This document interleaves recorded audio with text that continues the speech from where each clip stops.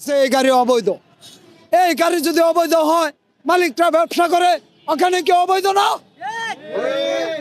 আজ পর্যন্ত একটি গ্যারেজে কি অভিযান করা হয়েছে যে তোমরা অবৈধ গাড়ির ব্যবসা কেন করো?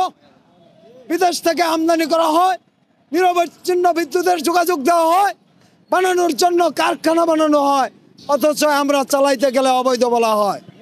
প্রিয় দেশবাসী, আমাদের 9 নম্বর দাবি, রাস্তার বাম পাশ ভালোভাবে মেরামত করতে হবে।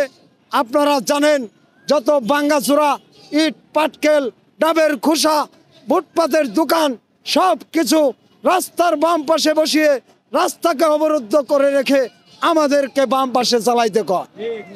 প্রিয় দেশবাসী, আমরা সঠিক জিনিসগুলো দেশবাসীর সামনে তুলে ধরার জন্য যারা রাষ্ট্র পরিচালনা করে তাদের কাছে অনুরোধ জানাচ্ছি, রাস্তার বাম পাশ ভালোভাবে মেরামত করবেন।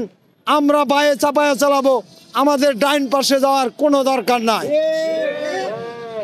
প্রিয় দেশবাসী, আমাদের 10 নম্বর দাবি, নতুন স্বাধীন দেশ সংস্কারের কাজে রিক্সা চালকদের প্রতিনিধিদের অংশগ্রহণ করার সুযোগ করে দিতে হবে।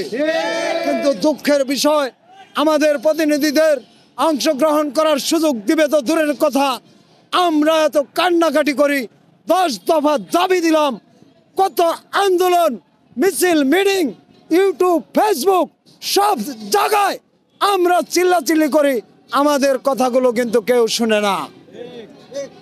প্রিয় দেশবাসী, আমরা বলেছিলাম নতুন স্বাধীন দেশ সংস্কারের কাজে প্রত্যেক নাগরিককে ট্রাফিক আইন শিখতে বাধ্য করতে হবে। আপনারা দেখেছেন, সারা দেশে আইন মানার কোনো বালাই নাই, কেউ কোনো আইন মানে না, খালি অটো রিক্সা আর পায়ের রিক্সাওয়ালা করে আইন, এদেরকে গাড় ধরে আইন মানানো হইতেছে। অটো রিক্সাওয়ালারা যদি ন্যায় পথে চালায়, তাও কয় এই তুই অবৈধ গাড়ি চালাস কে, তোরে অন্যায়।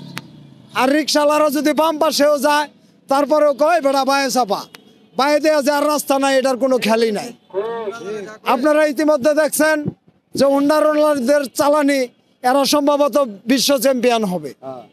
এই বিশ্বে যদি অন্যায়ের প্রতিযোগিতা হয়, তাহলে হুন্ডারওয়ালারা যে 1 নম্বরে যাবো গা, এতে করে আমরা অটোওয়ালারাও পাবো না।